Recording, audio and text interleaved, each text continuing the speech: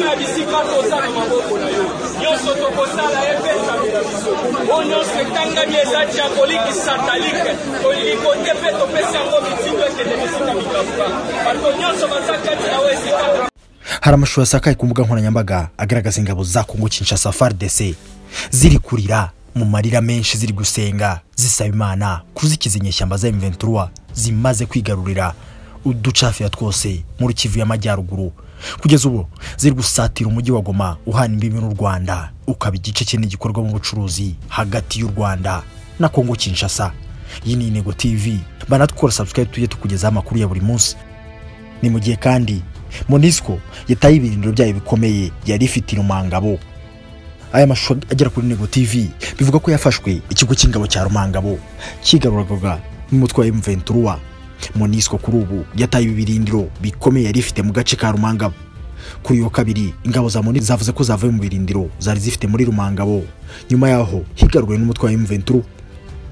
Izi ngabo z'umuryango w'abibumbye zafashaga iza leta ya Repubulika Iharanira Demokarasi ya Kongo FARDC mu kurwanya ishyamba za M23 zirutse kwigarura umujyi wa Kiwanja ku wa gatandatu ushize nyuma yo kwigarura umujyi wa Rucuru na Mugenga ndetse na Bunagana bamaze amezi ane bigaruriye.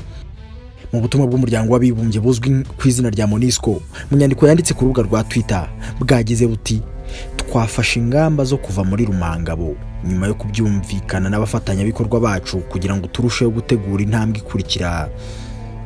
Turi kumwe. Ntabwo yatanze ibisobanuro birambuye kuri iyi nkuru dukesha Reuters. Biravuga ko gutakaza ibirindiro bikomeye bya gisirikare nk'ibi ni ikibazo kuri Kongo ndetse no ku mutekano muri rusange mu burasirazuba bwibasiwe n'amakimbirane kuva mu myaka 30 ishize. Ijoro ryo kuri wa kabiri hagati aho mu nkengero za Goma, umurwa mukuru wa Kivu y'Amajyaruguru mu burasirazuba bwa Repubulika Iharanira Demokarasi ya Kongo, ubwoba n'umujinya byari byose ubwo abaturage barakariye MONUSCO kubera guta ibyo birindiro. Amakuru avuga ko ikanyarucinya byibuze imodoka imwe ya MONUSCO yatwitswe n'abaturage barakaye nyuma y'icyemezo cyo kuvira Rumangabo. Iyi ntambara yubuye mu ntangiriro z'Ukwakira kandi rushaho guhungabanya umutekano muri Kongo n'u Rwanda rushinjwa gufasha M23 nubwo rudahwema kubihakana. Nyuma yaho uyu muryango wa MONUSCO waje kuvuga ko ibi byabaye byo gutwika imodoka ya MONUSCO byabereye ahitwa Kanyarucinya muri kilometero nke ya hafi ya Goma mu masaha y'ijoro ryo kuwa kabiri tariki ya 1 Ugushyingo. MONUSCO ivuga ko ahagana saa 3 z'ijoro umurongo w'imodoka zayo zari zivuye Rumangabo zigana Goma zahagaritswe zigeze kuri bariyeri y'ingabo za leta FARDC ahitwa Kanyarucinya muri kilometero 8 hafi ya Goma. Abaturage benshi ngo bahise bahagera batangira gutera mu ku modoka za MONUSCO ndetse batwika imodoka y'izi ngabo.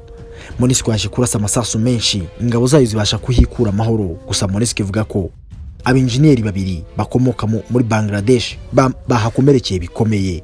Ingabo z'umuryango w'abibumbye zivuga ko kwangiza ibikoresho byazo bigabanya ubushobozi bwazo mu gushyira mu bikorwa intego zifite zo kurinda abaturage n'abasivili. Nubwo abaturage ba Kongo badahwema kuvuga ko bitari ngombwa ko MONUSCO ibarinda kuko mu myaka 23 ishize babinaniwe. Ububirigi burasaba u Rwanda kumvikanisha M23 na Kongo Kinshasa ndetse igahagarika n'imirwano. Minisitiri w'ububanyi n'amahanga w'Ububirigi unashinzwe imirimo y'ubumwe bw'Uburayi n'ubucuruzi mpuzamahanga Haja Lahib yatangaje ko kuwa 31 Ukwakira 2022 yamagaye kuri telefone mugenzi we w'u Rwanda Dr Vincent Biruta baganira ku kibazo cy'umutekano muke mu burasirazuba bwa Kongo.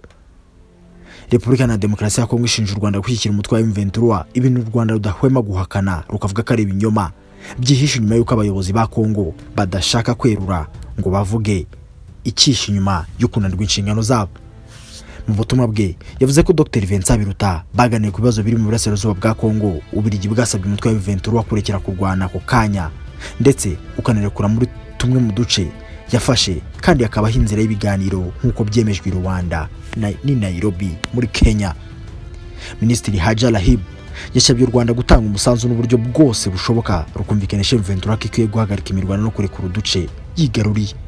Uyu mutegetsi yavuze ko abasivile bari kugirwaho n'ingaruka niyo mirwano kandi ko hari umubare mwinshi wamaze kuvanwa mu byabo. Ububirigi kandi busaba ko abaturage bagizweho ingaruka bahabwa uburenganzira ndetse amahame mpuzamahanga arengera uburenganzira bwa muntu akubahirizwa. Ingabo z'umuryango w'abibumbye MONUSCO zikarinda abasivile nk'uko zabyiyemeje. Minisitiri Haja yavuze ko Ububirigi bunenga bwivuye inyuma amagambo y'urwango n'ihohotera bakorerwa rikorerwa abanyekongo bavuga ikinyarwanda basaba ko izo mbwirwaruhame zishikariza urwango mu baturage zihagarara.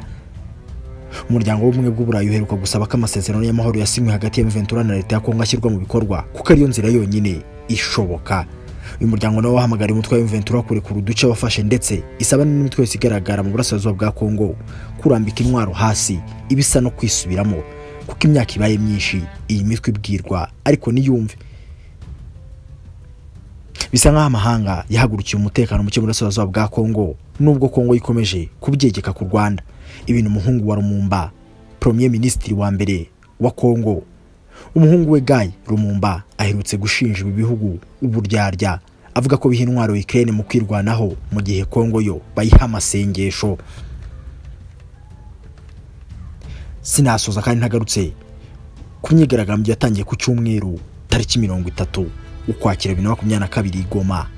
Nyuma y'imyigaragambyo yo kwamagana umutwe wa M23 bavuga ko ufashwa n'u Rwanda yatangiye kuri cyumweru mu mujyi wa Goma, abigaragambya baramukiye mu yindi myigaragambyo ku gitondo cyo kuwa mbere berekeza ku mupaka wa Grand Barriere utandukanye Repubulika na Demokarasi ya Kongo n'u Rwanda.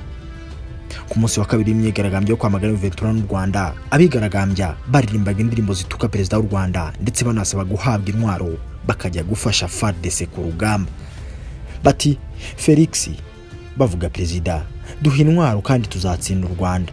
Ibi ni byarembwaga n'abigaragambye Goma babangana M23 n'u Rwanda mu gitondo cyo kuwa kabiri.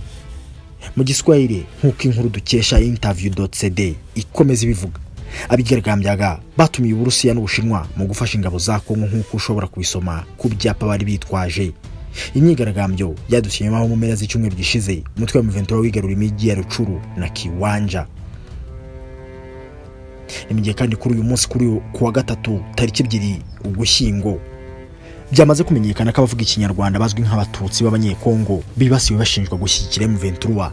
Amashusho agaragaza bamwe bari kwicirwa mu muhanda. Imyigaragambyo yabaye mu mujyi wa Goma kuwa mbere Ugushyingo 2022 hadutse impungenge zishingiye ku magambo avugwa cyangwa yandikwa ku mbuga nkoranyambaga yibasira abanyekongo bavuga ikinyarwanda, cyane cyane abazwi nk'abatutsi.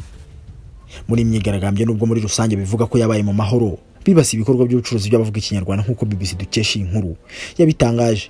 Barashinja ko bafatanyije cyangwa bashyigikiye umutwe w'ingeshyamba M23 uvuga ko ari uw'abatutsi bashyigikiwe n'u Rwanda. U Rwanda rwo rukomeje guhakana umunsi ku wundi. Sematungo Rutegeranye Eric, umuyobozi w'umuryango Shika murengera inyungu z'abanyamurenge muri Kivu ya ruguru, yemeje ko ibikorwa byibasira abavuga ikinyarwanda biri gukorwa ku bwinshi ndetse ngo hari n'abari kwicirwa mu ngo zabo nk'uko amafoto muri kureba kuri screen yanyu abigaragaza. Ku rundi ruhande ariko guverineri w'intara ya Kivu ya ruguru nawe yasabye abaturage kwitandukanya n'ibikorwa bikongeza urwango rushingiye ku moko. Sinasoza kandi navuze ko igiye kongera kohereza ingabo mu guhashya imitwe irimo FDLR muri Kongo. Perezida wa Kenya William Ruto biteganyijwe ko kuri uyu wa gatatu yohereza bato y'abasirikare ba Kenya bazwi nka KDF, Kenyan Defense Force, mu burasirazuba bwa Repubulika na Demokarasi ya Kongo, aho imirwano ikaze ikomeje hagati y'ingabo za leta FARDC n'inyeshyamba zo mu mutwe wa M23. Ni nyuma y'iminsi mike ingabo zari zoherejwe za Kenya zisubiye mu gihugu gitaraganya. Iyi ni Intego TV, komeza ubane natwe ukora subscribe tukugezeho amakuru agezweho mu isi.